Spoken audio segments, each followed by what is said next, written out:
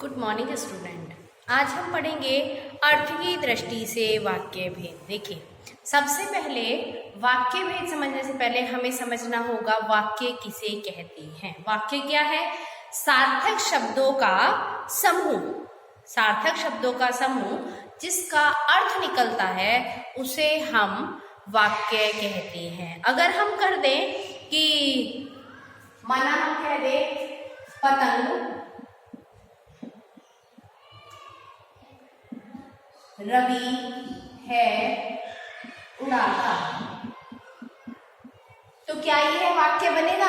नहीं, ये वाक्य नहीं है, बिल्कुल गलत है ये। जबकि अगर हम इन वाक्यों के समूह को क्रमबद्ध तरीके से लगाते हैं, कैसे?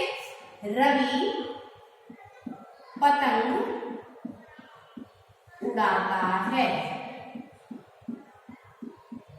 अब चूंकि ये जो है पूरा वाक्य सार्थक है, इसका अर्थ निकल रहा है, तो हम इसे ही वाक्य कहेंगे। ये हमारा वाक्य नहीं है।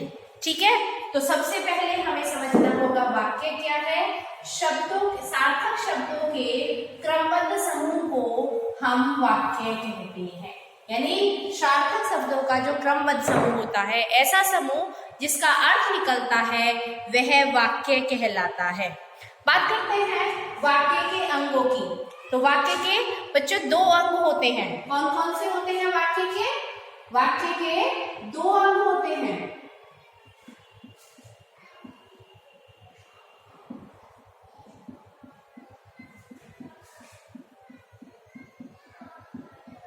कौन कौन से दो अंग होते हैं? एक होता है उद्देश्य और दूसरा होता है विधेय। ठीक है, दो अंग होते हैं, उद्देश्य और विधेय। अब उद्देश्य किसे कहते हैं, विधेय किसे कहते हैं? देखिए, वाक्य में जिसके विषय में भी बात की जा रही है वह हमारा उद्देश्य कहलाता है। यानी वाक्य में जिसके विषय में भी बात हो रही है वह उद्देश्य कहलाएगा। जैसे आज हमारे अध्यापक नहीं आए, किसके बारे में बात हो रही है? अध्यापक के बारे में बात हो रही है। यानी हमारे अध्यापक जो है वो यहाँ पर उद्देश्य है। ठीक है, आज हमारे अध्यापक नहीं आए, ये तो हो गया उद्देश्य। लेकिन बात किसकी कर रहे हैं? अब बात करते हैं विधेय की। तो विधेय किसे कहते हैं? अगर हम वाक्य में बात करने लगे, आज हमारे अध्यापक नहीं आए, तो किसके विषय में बात हो रही है? हमारे अध्यापक के बारे में। किसके बारे में बात हो रही है? हमारे अध्यापक के बारे में। हमारे अध्यापक नहीं आए, तो ये जो हमारे अध्यापक है ये कहलाएगा उद्देश्य। क्या कहलाएगा? ये उद्देश्य कहलाएगा। और आज नहीं आए, नहीं आए ये कहलाएगा विधेय। ये जो है ये विधेय कहलाएगा। ठीक है, यानी जिसके विषय में बात हो रही है वाक्य में वो कहलाता है उद्देश्य। और उद्देश्य के विषय में वाक्य में जो भी बात कही जाती है उसे हम विधेय कहते हैं। जैसे एक और एग्जाम्पल से, एक और उदाहरण से आपको समझाते हैं। देखिए, एक और उदाहरण से समझाने की कोशिश करते हैं।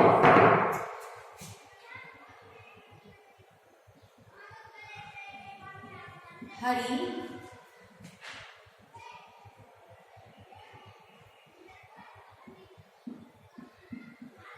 कुर्ती वाली लड़की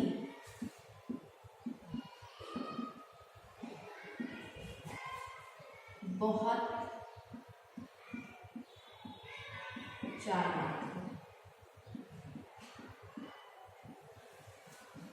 वाक्य है हरी कुर्ती वाली लड़की बहुत चालाक है। किसके बारे में बात हो रही है? लड़की के बारे में बात हो रही है। लेकिन कैसी लड़की? हरी कुर्ती वाली लड़की। यानी ये पूरा जो है उद्देश्य का विस्तार है। केवल उद्देश्य एक ही शब्द में नहीं हो सकता, पूरा उद्देश्य का विस्तार है। हरी कुर्ती वाली लड़की ये कहलाएगा हमारा उद्देश्य। ठीक है, बहुत चालाक है। अब लड़की के बारे में क्या बात हो रही है? क्या बात हो रही है? हरी कुर्ती वाली लड़की के बारे में कि वह बहुत चालाक है। तो बहुत चालाक है यहाँ पे विधेय कहलाएगा। ठीक है, यानी उद्देश्य विधेय समझ में आ गया। वाक्य में जिसके विषय में बात की जा रही है वह हमारा उद्देश्य कहलाता है, और उद्देश्य के विषय में जो भी बात कही जा रही है वह हमारा विधेय कहलाता है। ठीक है बच्चों, अब देखते हैं हम अर्थ की दृष्टि से। देखिए, वाक्य को जो वर्गीकृत किया गया है दो आधार पे किया गया है। वाक्यों को दो आधार पर वर्गीकृत किया गया है। किस आधार पर? रचना के आधार पर वाक्य के भेद और अर्थ के आधार पर वाक्य भेद। दो आधार पर वाक्यों को वर्गीकृत किया गया है। यानी पहला है रचना, जिसे हम बनावट भी कह देते हैं, बनावट के आधार पर।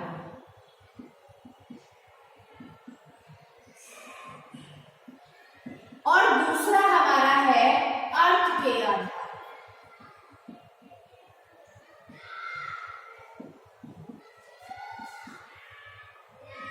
अर्थ के आधार, यानी इन दो आधार पर हमारे वाक्यों को, हिंदी में वाक्यों को वर्गीकृत किया गया है। तो जो आपके सिलेबस में आ रहे हैं बच्चों, वो है अर्थ के आधार पर, यानी अर्थ की दृष्टि से वाक्य भेद। देखिए, अर्थ की दृष्टि से वाक्य के 8 भेद होते हैं। अर्थ की दृष्टि से वाक्य के कितने भेद होते हैं? 8 भेद होते हैं। 8 भेद कौन कौन से होते हैं? विधानवाचक, प्रश्नवाचक, निषेधवाचक, आज्ञावाचक, इच्छावाचक, संदेहवाचक, संकेतवाचक और विस्मय आदि वाचक। ये 8 वाक्य होते हैं, 8 प्रकार के वाक्य होते हैं जो आपके अर्थ की दृष्टि से बताए गए हैं। सबसे पहले बात करते हैं हम विधानवाचक की। यानी जो विधानवाचक वाक्य होता है वो कौन सा होता है? ऐसे वाक्य जिसमें किसी क्रिया के करने या होने की, ऐसे वाक्य जिसमें किसी क्रिया के करने या होने की सामान्य सूचना मिलती है, उन्हें हम विधानवाचक वाक्य कहते हैं। जैसे सामान्य सूचना क्या हो सकती है?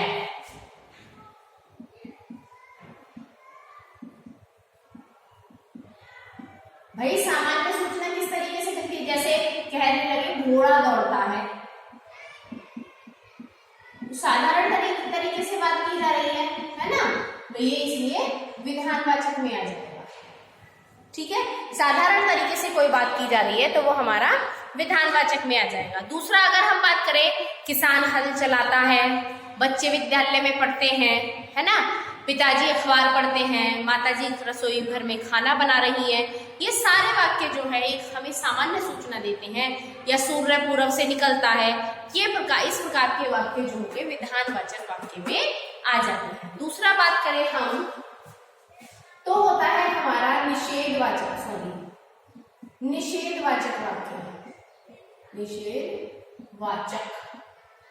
निषेध का मतलब क्या होता है? निषेध यानी नेगेटिव, नकारात्मक, यानी हमें नहीं का बोध कराने वाले। यानी ऐसे वाक्य जिनमें किसी कार्य के न होने या करने का, न करने या न होने का बोध होता है, उन्हें हम निषेधवाचक वाक्य कहते हैं। जैसे वह आज खाना नहीं खाएगा,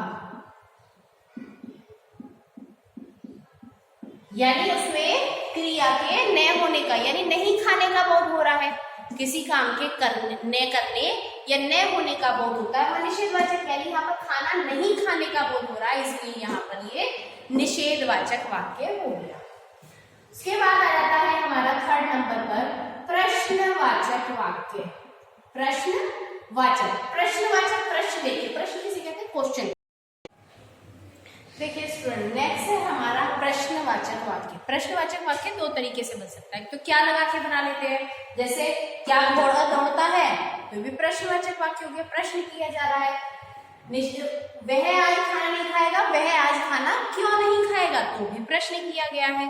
तो जब भी वाक्य में कोई प्रश्न किया जाए, प्रश्न पूछा जाए, वहां पर प्रश्नवाचक वाक्य होता है। उदाहरण देखते हैं, तुम कल खेलने क्यों गए, तो यहाँ पर भी प्रश्न किया गया है, तुम कल खेलने क्यों गए। ठीक है ना, तो इस तरीके से प्रश्नवाचक वाक्य होता है। अब नेक्स्ट इसमें आ जाता है आपका क्वेश्चन नंबर 4 पॉइंट है इसका, विस्मय विस्मयादिवाचक, विस्मयादिवाचक, विस्मयादिवाचक किसे कहते हैं? देखो, जिन वाक्यों में हर्ष, जिन वाक्यों से हर्ष, शोक, घृणा, आश्चर्य आदि भावों का बोध होता है उन्हें हम विस्मयादिवाचक वाक्य कहते हैं। देखिए, हर्ष, शोक, घृणा कैसे कर सकते हैं हम? देखो, उदाहरण से देख लेते हैं। जैसे उदाहरण हमारे पास हो गया, वह हमने मैच जीत लिया, हमने मैच जीत लिया।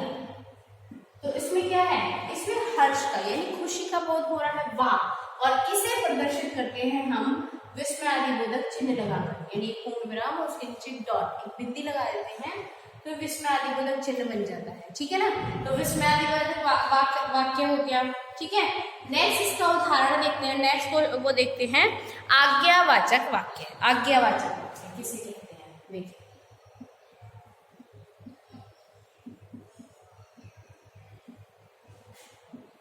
आज्ञावाचक वाक्य किसे कहते हैं? देखिए, जिन वाक्यों में आज्ञा, आदेश, प्रार्थना या उपदेश आदि का बोध होता है, जिन वाक्यों में आज्ञा, आदेश, प्रार्थना या उपदेश आदि का बोध होता है उन्हें हम आज्ञावाचक वाक्य कहते हैं। आपकी बुक से उदाहरण ले लेते हैं। आप शांत रहिए, आप शांत रहिए, इस तरीके से वाक्य हो जाएगा। या फिर हो जाएगा तुम बाजार जाओ,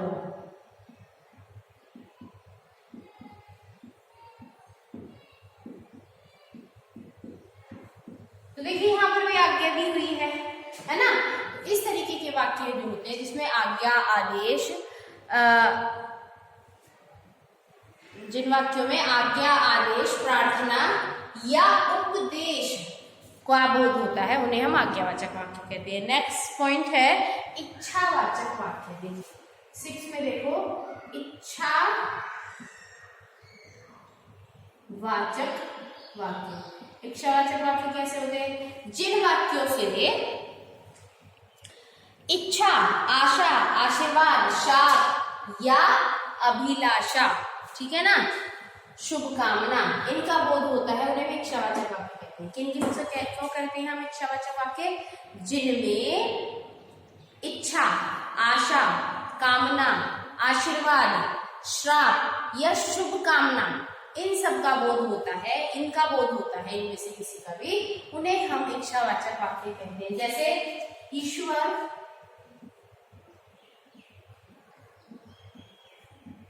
आपको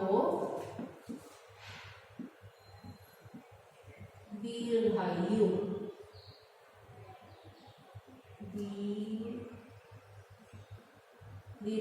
करे, ईश्वर आपको दीर्घायु करे, यानी यहाँ पर जो है शुभकामना मांगी जा रही है या आशीर्वाद मिल सकते हैं इसे, है ना? ईश्वर आपको दीर्घायु करे, दीर्घायु यानी लंबी आयु दे, है ना?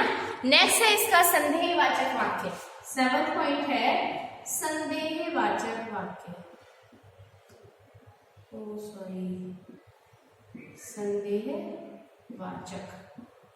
संदेहवाचक में क्या होता है? जहां पर किसी काम के होने में संदेह या संभावना होती है वहां पर संदेहवाचक वाक्य होता है। जैसे संभवतः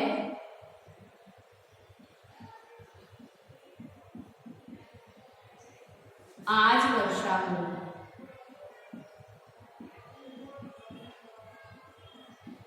होगी, है ना? या कह सकते हैं शायद आज मेहमान आएंगे।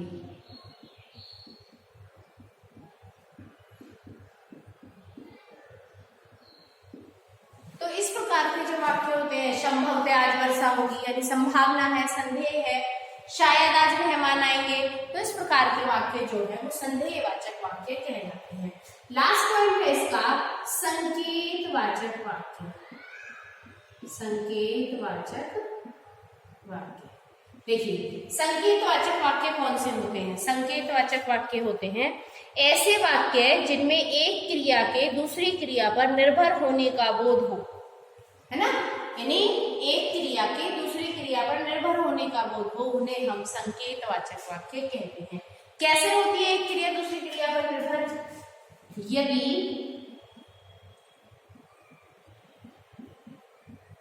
तुम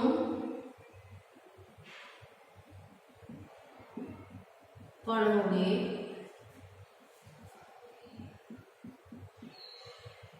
तो उत्तीर्ण हो जाओगे।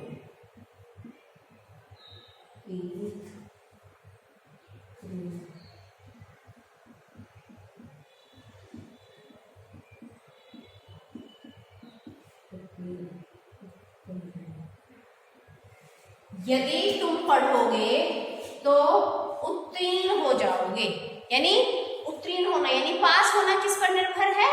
पढ़ने पर, ठीक है ना।